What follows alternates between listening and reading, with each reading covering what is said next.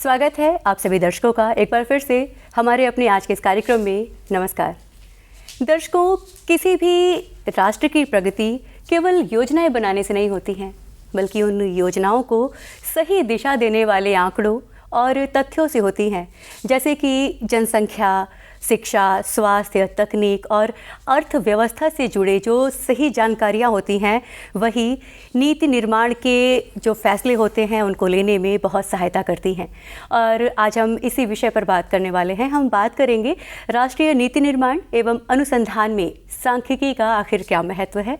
और इस विषय पर बात करने के लिए हमारे साथ स्टूडियो में आज उपस्थित हैं राष्ट्रीय सांख्यिकी कार्यालय के क्षेत्रीय कार्यालय प्रयागराज में संयुक्त निदेशक मोहम्मद तैयब जी। नमस्कार सर, बहुत बहुत स्वागत है आपका हमारे आज के इस कार्यक्रम में। सबसे पहले आपसे जानना चाहेंगे कि राष्ट्रीय सांख्यिकी ये जो कार्यालय है ये किस प्रकार से कार्य करता है, और आप लोग जो भी डेटा एकत्रित करते हैं उसका आप लोग उपयोग कैसे करते हैं?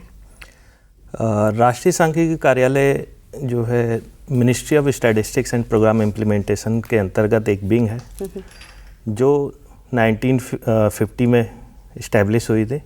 उसके बाद ईयर टू ईयर ये अलग अलग विषयों पे सर्वे करते हुए आया है जी। उसमें ही जो उनके सब्जेक्ट रहते हैं, जैसे सोशियो इकोनॉमिक सब्जेक्ट्स है, उसके अंतर्गत विभिन्न विषयों पर टाइम टू टाइम अलग अलग ड्यूरेशंस के इसमें सर्वे कराए जाते हैं। इसमें डेटा कलेक्शन किया जाता है, प्राइमरी डेटा कलेक्शन जिसको बोलते हैं, जो डोर टू डोर जाके हाउस होल्ड्स, घरों परिवारों की परिवारों से इंफॉर्मेशन कलेक्ट की जाती है। डोर टू डोर जाते हैं आप? डोर टू डोर जाते हैं।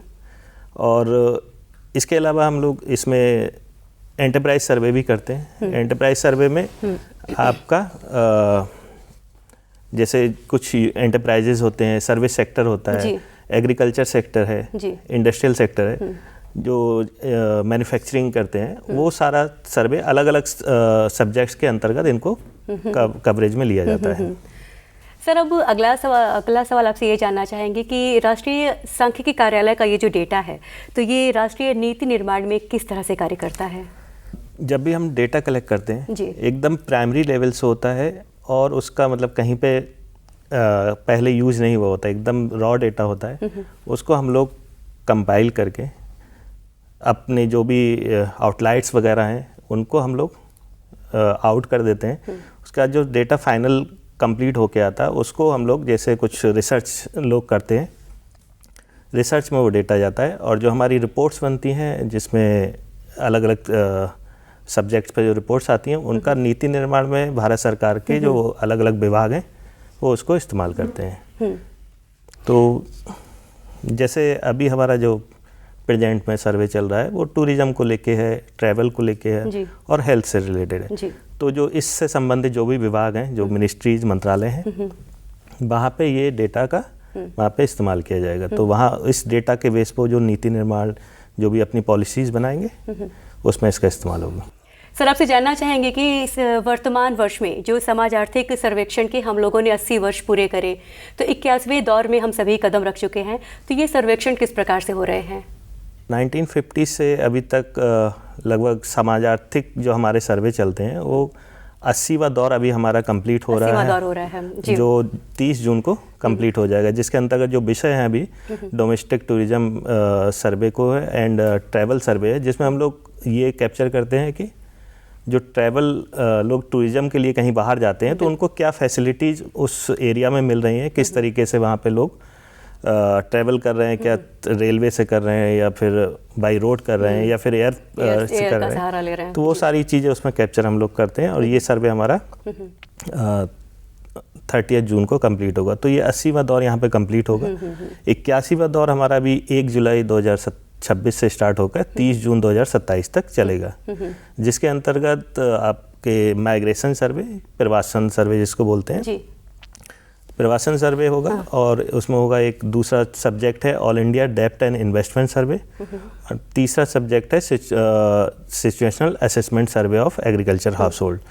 तो ये 3 सब्जेक्ट हमारे इस दौर में कवर होंगे, जो 1 जुलाई से स्टार्ट होने 1 जुलाई से शुरू करेंगे आप लोग अभी इसको, और 1 साल का ये राउंड चलेगा। अच्छा, 1 साल तक चलेगा।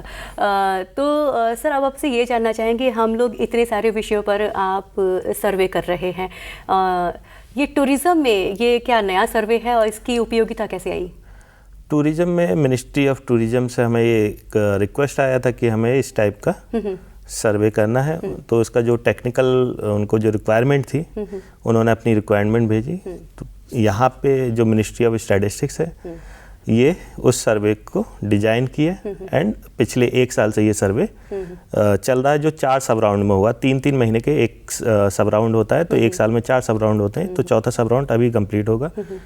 इसमें टूरिज़्म का जो ऑब्जेक्टिव है, मेन ऑब्जेक्टिव जैसे अभी मैंने पहले कहा कि लोग कैसे ट्रैवल कर रहे हैं, टूरिज़्म के लिए जा रहे हैं तो क्या उनको प्रॉपर फैसिलिटीज़ अवेलेबल हैं, और किस एरिया में ज़्यादा टूरिज़्म हो रहा है तो वहाँ पे हमें क्या नई फैसिलिटीज़ प्रोवाइड कराने की ज़रूरत है। तो उसके बेस पे जो पॉलिसी बनेगी, जो इंफ्रास्ट्रक्चर तैयार किया जाएगा, उसके लिए ही इस डेटा का इस्तेमाल किया जा रहा है। अभी आपने बोला प्रवासन सर्वेक्षण, तो सर ये किस प्रकार से होता है, आप कैसे करते हैं इसको?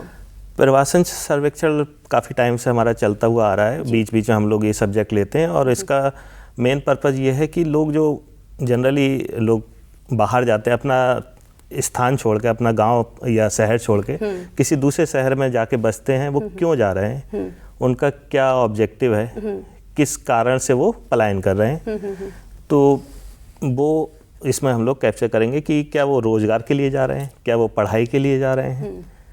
तो इसमें हमारा आउट माइग्रेशन, अपने प्लेस से किसी दूसरे प्लेस पर अगर जाते हैं तो आउट माइग्रेशन प्रवासन उसको हम लोग कहते हैं। हाँ। और इसमें जो भी उनका एक उद्देश्य होता है कि उद्देश्य होता है किस पर्पज़ के लिए जा रहे हैं। हाँ। क्या वो सिर्फ लेजर टाइम के लिए जा रहे हैं, सिर्फ छुट्टियां मनाने जा रहे हैं, तो वो सारी चीज़ें हमारे स्कोप से बाहर हो जाती हैं। कुछ पर्पज़ है उनका, वो हम लोग पर्पज़ उसमें कंसीडर करते हैं। सर एक बहुत ही एक विशेष जानकारी आपसे जानना चाहेंगे कि जब भी कभी सर्वेक्षण का नाम आता है तो जैसे आम पब्लिक है, कहीं ना कहीं बचते हैं लोग ऐसा करने से, तो आप ऐसे लोग जो हैं, तो ऐसे लोगों से आप क्या कहना चाहेंगे और क्या होना चाहिए एक जो तरीका है? एक्चुअली इसमें जो है, ये जो सर्वे है ये भारत सरकार कराती है जी। तो भारत सरकार जब भी कोई इन्फॉर्मेशन पब्लिक से मांगती है तो पब्लिक अगर सही जानकारी देगी तो उसके बेस पे ही जो नीतियां बनती हैं वो सही बनेंगी। तो पब्लिक को इससे डरना नहीं चाहिए। पब्लिक से क्या है, जो लोग हैं, जो रिस्पोंडेंट हैं हमारे, वो अगर सही जानकारी नहीं देंगे तो हम लोग भी फिर सही डेटा नहीं आएगा और वो हम लोग आगे नहीं दे पाएंगे।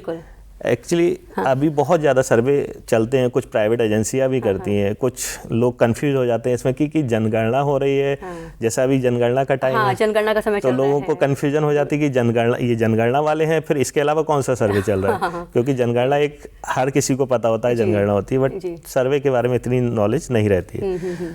तो इसमें डरने की ज़रूरत नहीं है। कोई भी सर्वे या जो हमारे स्टाफ, हमारा ऑफिसर वहाँ पे जाते हैं फील्ड में, तो जब जानकारी मांगते हैं वो कॉन्फिडेंशियल रहती है, वो कभी भी किसी थर्ड पार्टी से शेयर नहीं की जाती है, वो सिर्फ डिपार्टमेंट तक होके, और जब हम रिपोर्ट बनाते हैं तब भी वो सारी इन्फॉर्मेशन साइडलाइन कर देते हैं, और वो कोई भी पर्सनल इन्फॉर्मेशन कहीं पब्लिश नहीं होती नहीं करते।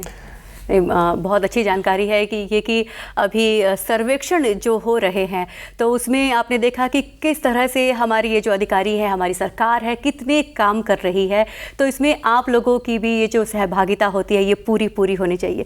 सर आपसे जानना चाहेंगे कि ऑल इंडिया डेब्ट एंड इन्वेस्टमेंट सर्वे यानी कि AIDIS यानी कि अखिल भारतीय ऋण एवं निवेश सर्वेक्षण, ये क्या है? हमारे दर्शकों को आप अपनी भाषा में बताइए।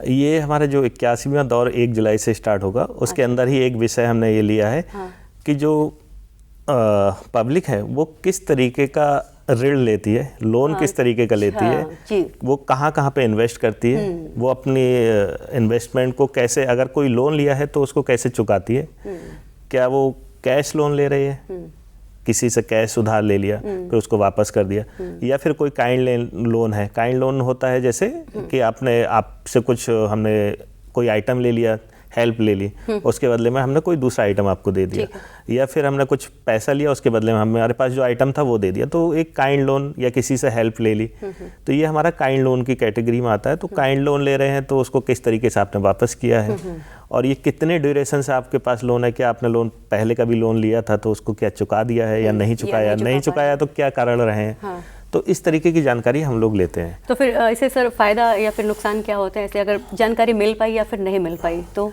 जानकारी थोड़ी ये जैसे सेंसिटिव इन्फॉर्मेशन होती है, लोग नहीं बताना चाहते, बट हमारा पब्लिक से यही अनुरोध है कि इस टाइप की जानकारी हम, जैसे मैंने बताया कि ये सारी कॉन्फिडेंशियल रहती है, किसी की इन्फॉर्मेशन हम एक पार्टी आपसे लेके किसी दूसरे पार्टी को हम लोग नहीं देते हैं। तो ये भारत सरकार अपनी नीति निर्माण में ही इसका इस्तेमाल करती है, तो इसमें इन्फॉर्मेशन बताने में कोई झिझक नहीं होना चाहिए। सर आपसे जानना चाहेंगे कि कृषि आधारित परिवारों का सर्वेक्षण आप लोग किस प्रकार से करते हैं? हमारे जो सर्वेक्षण हैं वो ऑल इंडिया चलते हैं, और मतलब सारे ही विलेजेस, गांव, जितने गांव शहर सारे हम लोग कवरेज रहते हैं। कुछ प्लेसेस हैं जैसे अंडमान निकोबार में जो एक्सेस नहीं होते इजीली, उनको छोड़ के बाकी सभी जगह ये सर्वेक्षण होते हैं, चाहे वो शहर हो गाँव हो, सभी जगह किया जाता है।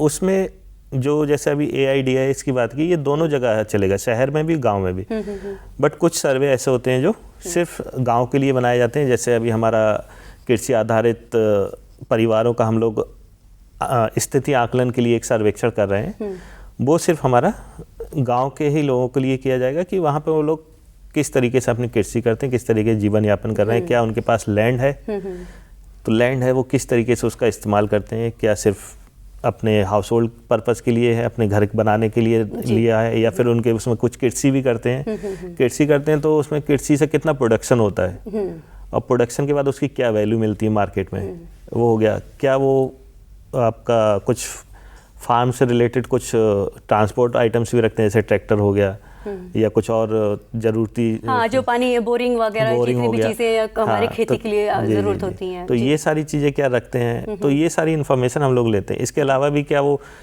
नॉन फार्म आइटम्स, या जैसे कोई एग्रीकल्चर बिजनेस भी करते हैं कुछ लोग, जैसे खेती ना करके बट वो खाद और इन सब से रिलेटेड बिजनेस करते हैं, तो उनके लिए उनके पास क्या फैसिलिटीज़ हैं, क्या ट्रांसपोर्ट यूज़ कर रहे हैं, और ये सब काम करने के लिए वो किस तरीके से अपना जो कैश फ्लो करते हैं, मींस लोन लेते हैं या अपनी सेविंग्स या बिजनेस से ही उसको चलाते हैं, ये सारी जानकारी हम लोग एकत्रित करते हैं इसमें। आप प्रयागराज में पोस्टेड हैं और आज यहाँ काशी में आए हुए हैं, और एक समय से इस विभाग में काम कर रहे हैं, तो हम ज़्यादातर जो आम पब्लिक होती है, आप बहुत मेहनत करते हैं, आपके या फिर यूँ कहें कि हमारे जो भारत सरकार के जितने भी एम्प्लॉयज़ हैं बहुत मेहनत करते हैं, तो कभी कभी हम आम लोग समझ नहीं पाते, और ऐसे लोगों को आप अपने शब्दों में क्या कहना चाहेंगे कि जब आप एक उज्जवल भारत की तरफ कदम उठा रहे हैं तो हम सब एक साथ चलें, तो आप अपने शब्दों में बताइए ऐसे हमारे दर्शकों को। किसी भी देश का निर्माण जी, उसमें हर किसी का कंट्रीब्यूशन बहुत ज़रूरी होता है। हर पब्लिक का, एक छोटे से लेके सबसे बड़े तक का कंट्रीब्यूशन बहुत ज़रूरी होता है। तो अगर देश को आगे बढ़ाना है, देश को विकसित भारत, हमारा जैसे माननीय प्रधानमंत्री जी का सपना है उसको करने का, तो हमें अपना कंट्रीब्यूशन उसमें देकर किस तरीके से हम लोग उसमें सहयोग कर सकते हैं आगे बढ़ाने में, वो हमें करना चाहिए। अब ये हमारा जैसे सर्वेक्षण है, सर्वेक्षण छोटी सी जानकारी हम लोग लेते हैं, तो अगर हमें सही जानकारी मिलेगी तो देश विकास में इसका पॉजिटिव कंट्रीब्यूशन रहेगा, और अगर जानकारी हमें सही नहीं मिलेगी तो फिर उसका नेगेटिव इम्पैक्ट रहेगा, क्योंकि हमें जब जानकारी नहीं मिलेगी तो फिर हम लोग उसको एस्टिमेट नहीं कर पाएंगे कि एक्चुअल सिचुएशन क्या है हमारी, और हमें क्या नई चीज़ की ज़रूरत है उसको हमें अपने देश को आगे बढ़ाने के लिए। तो सर ये जो भी ये जितने सांख्यिकी कार्यालय में आपके जितने भी प्रशिक्षण, ये फिर जगह जगह जाके आप इतने वो करते हैं, तो किस किस क्षेत्र में ये सारे वो होते हैं? राष्ट्रीय सांख्यिकी कार्यालय के जो क्षेत्रीय कार्यालय हैं वो करीब 160 के आसपास हैं, 160 कार्यालय हैं पूरे इंडिया में। तो 160 कार्यालय में जैसे एक प्रयागराज है हमारा, प्रयागराज क्षेत्रीय कार्यालय है, इसके अंतर्गत 4 उप क्षेत्रीय कार्यालय हैं जो बनारस, आजमगढ़, अयोध्या एंड गोरखपुर, इन 4 जगहों पे ये उप क्षेत्रीय कार्यालय हैं। तो जो यूपी ईस्ट वाला जो एरिया है इस साइड का, ये पूरा प्रयागराज से कवर होता है। तो इसमें करीब 24 ज़िले हम लोग यहाँ पे 24 जिलों में हम लोग ये सर्वेक्षण करते हैं। इस हमारा जो जुरिडिक्शन है वो 24 जिलों का है। ऐसे ही पूरे देश में अलग अलग क्षेत्रीय कार्यालयों का जुरिडिक्शन दिया हुआ, कुछ जगह 20 डिस्ट्रिक्ट हैं, कुछ 50 डिस्ट्रिक्ट हैं, उनका अलग अलग। और हर क्षेत्रीय कार्यालय जैसे ये नया दौर शुरू हो रहा है तो उसके लिए ये रीजनल ट्रेनिंग कैंप हम इसको बोलते हैं, वो कराई जा रही हैं कि जाने फील्ड में जाने से पहले उनके कॉन्सेप्ट्स, उनको क्या करना है, उनको क्लियर हो जाए, ताकि सामने फील्ड में भी अगर जाएंगे तो सामने जब कोई रिस्पोंडेंट पूछेगा किस चीज़ से सर्वे, तो उसको ये नॉलेज हो कि हम किसके बारे में सर्वे कर रहे हैं। तो ये ट्रेनिंग हम लोग देते हैं। हाँ, यानी कि दर्शकों आपने देखा कि किस तरह से राष्ट्रीय नीति निर्माण ये जो कार्यालय है, ये जो हमारा सांख्यिकी कार्यालय है, ये हमारी प्रगति के लिए, हमारी उन्नति के लिए कार्य कर रहा है। तो ये एक ऐसा समय है जब हम सभी को इसमें बढ़ चढ़कर हिस्सा लेना चाहिए और इसे समझना चाहिए। जैसा कि अभी आपने कहा, बहुत अच्छी बात कही आपने कि हमारे देश के माननीय प्रधानमंत्री जी, जिनका बहुत अच्छा नारा है सबका साथ सबका विकास हो, और ये जैसे ये पूरा एक चेन बना हुआ है, तो हम सभी को अपना विकास करना है। सर, आपके कार्यालय के बारे में कुछ और जानकारी जानना चाहेंगे। FOD क्या है और ये किस तरह से काम करते हैं हम? FOD राष्ट्रीय सांख्यिकी कार्यालय का एक सबऑर्डिनेट ऑफिस है, FOD, जिसको फील्ड ऑपरेशन डिवीजन्स बोलते हैं। इसका मेन काम है प्राइमरी डेटा कलेक्शन, जो फील्ड में जाके जो डेटा कलेक्शन किया जाता है, जो आंकड़े इकट्ठे किए जाते हैं, वो काम FOD द्वारा किया जाता है। तो जो भी सर्वे, जैसे राष्ट्रीय सांख्यिकी कार्यालय जिस सर्वे को अपना लॉन्च करता है, उसको स्टार्ट करने के लिए जब फील्ड में जब डेटा कलेक्शन होता है तो FOD में ही जो स्टाफ है वही जाता है, कोई और नहीं जाता है। तो इसकी स्ट्रेंथ भी बहुत अच्छी है और हम लोग काफ़ी मेहनत करते हैं। हमारा जो स्टाफ है फील्ड में जाकर सुबह से लेकर शाम तक, सर्दी गर्मी बरसात कुछ भी हो, वो जानकारी एकत्रित करके लाते हैं। तो इस तरह से इतने ग्राउंड लेवल पर आके और प्रयागराज में केंद्रित हैं, कार्यरत हैं, और 5 ज़िलों को कवर करना और इतने लोगों को अवेयर करना, साथ ही साथ एक क्या कहते हैं कि एक राष्ट्र के निर्माण में अपनी अहम भूमिका निभा रहे हैं। तो हम ऐसी गुजारिश करेंगे कि आप सब भी इसके साथ साथ अपनी भी सहभागिता ज़रूर निभाएं। सर, एक लंबे समय से आप इस सांख्यिकी कार्यालय में कार्यरत हैं, तो आपके अपने अनुभव क्या हैं इस क्षेत्र में? मुझे लगभग सर्विस में 10 साल हो गए। 10 साल हो गए जी। और इसमें मेरा अलग अलग मंत्रालयों में अलग तरीके का एक्सपीरियंस रहा है। जी। तो पहले मैं एजुकेशन में रहा था, मिनिस्ट्री ऑफ एजुकेशन में। वहाँ पे कुछ अलग तरीके कार्य होता था, जो पूरे इंडिया में जो स्कूल्स थे उससे रिलेटेड कार्य था, कितना एनरोलमेंट है, तो पूरे स्कूल के, हाँ, उससे इंडिया के पूरे स्कूल के, इंडिया के पूरे स्कूल के करीब जो स्कूल थे उसमें करीब 15 लाख बच्चे जो एडमिट रहते हैं, एडमिशन रहता है, उनके बारे में जानकारी एकत्रित करते थे। उनके बारे में जो भी स्टैटिस्टिकल हमारा काम होता था वो करते थे। उसके बाद फिर दूसरे डिवीजन में मिनिस्ट्री ऑफ स्टैटिस्टिक्स में मैं आया, उसका ही एक सब डिवीज़न जो डिवीज़न था उसमें काम किया कुछ 4 साल। देन अभी ये क्षेत्रीय कार्यालय प्रयागराज में हम आए हैं। FOD में, FOD के बहुत सारे ऑफिसेज हैं, तो उसमें से एक क्षेत्रीय कार्यालय प्रयागराज है। यहाँ पे एक अलग तरीके का एक्सपीरियंस है, क्योंकि यहाँ पे जो फील्ड, बाकी ऑफिसेज में आपका फील्ड वर्क नहीं रहता है, यहाँ पे एकदम ग्राउंड लेवल पे आपको पूरा इंडिया जानने का मौका मिलता है कि किस गांव में किस तरीके के लोग रह रहे हैं, कैसे रहन सहन कर रहे हैं, वो सारी आपको एक अलग एक्सपीरियंस यहाँ पे, एक अलग एक्सपीरियंस है। जब विकास के क्रम में हमने अपने 80 वर्ष पूरे करे हैं और 81वें वर्ष में हमने कदम रखा हुआ है, तो 1 जुलाई से आप एक नया कार्यक्रम भी शुरू करने जा रहे हैं। तो जो आप 1 जुलाई से शुरू करने जा रहे हैं, उस कार्यक्रम के बारे में हमारे दर्शकों को बताइए कि वो कैसे जुड़े हैं इससे। 1 जुलाई से हमारे जो 3 सर्वे स्टार्ट होने हैं, माइग्रेशन सर्वे, प्रवासन सर्वेक्षण, all India depth and investment survey and situation assessment survey of agriculture household. तो ये हमारे 1 जुलाई से स्टार्ट होंगे। जो माइग्रेशन सर्वे वो 4 सब राउंड में होगा, 3 मंथ्स का 1 सब राउंड। उसके बाद AIDIS जो है वो 2 सब राउंड होंगे एंड उसमें 2 विजिट होंगी, first visit and second visit. पहले हम लोग जो जिस परिवार से हम इंफॉर्मेशन लेंगे उसको फिर अगले 6 महीने बाद फिर से दोबारा हम उसको विजिट करके कि उसकी सिचुएशन में क्या चेंज आ रहे हैं जी। वो हम लोग दोबारा विजिट करेंगे। कुछ सर्वे ऐसे हमारे होते हैं। फिर तीसरा हमारा सिचुएशन असेसमेंट सर्वे जो सिर्फ ग्रामीण क्षेत्र में किया जाएगा, उसमें भी 2 विजिट हो जाएंगी कि पहले विजिट में क्या सिचुएशन थी और उसके बाद सेकंड विजिट में, क्योंकि जो हमारा एग्रीकल्चर ईयर है वो जुलाई से लेकर जून तक चलता है, तो उसमें पहले फर्स्ट हाफ में उन्होंने क्या प्रोडक्शन किया, क्या उन्होंने उससे वैल्यू प्राप्त की बेच के उसको, तो वो हम लोग लेंगे। उसका सेकंड हाफ, एग्रीकल्चर के सेकंड हाफ में उनको किस तरीके की सिचुएशन उनके पास रही, तो ये सारी चीज़ें इसमें तीनों सर्वे में कैप्चर की जाएंगी। तो ऐसे ही हमारा एक और सर्वे होता है जिसको पीरियोडिक लेबर फोर्स सर्वे बोलते हैं। उसमें हमारी 4 विजिट होती हैं। फर्स्ट विजिट, उसके बाद 3 बार हम रिविजिट करते हैं, क्योंकि जब फील्ड में जाते हैं तो उनसे पूछते हैं आज क्या काम कर रहे हैं आप, तो उसका जब दोबारा पूछते हैं क्या, कई बार लोग काम चेंज कर लेते हैं। सर्विस वाले तो जनरली कंटिन्यू करते हैं, बट जो कैजुअल वर्कर या वो होते हैं उनकी टाइम टू टाइम चेंज होता रहता है, तो वो सारा कैप्चर करने के लिए हमारा ये रेगुलर सर्वे चलता है।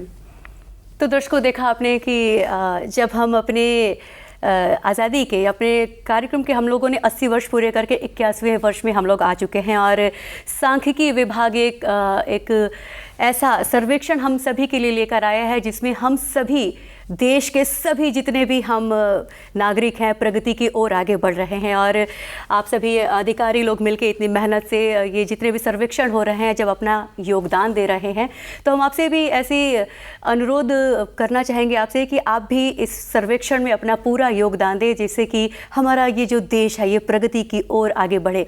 सर, आपने इतनी अच्छी जानकारी हमसे साझा करी, अपना कीमती समय हमें दिया, इसके लिए बहुत बहुत धन्यवाद।